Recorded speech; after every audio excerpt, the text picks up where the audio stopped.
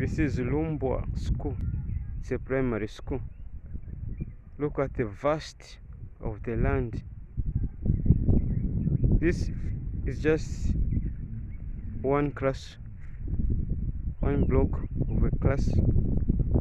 They tried to build another one here, but all that surrounds them is land, virgin land.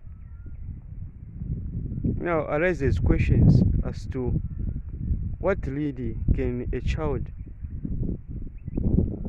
from this kind of place aspire to be. Look at the land as far as you can go. There are only trees. Now what kind of, when one examine his life, what is it that someone can imagine his life would be living in this kind of environment?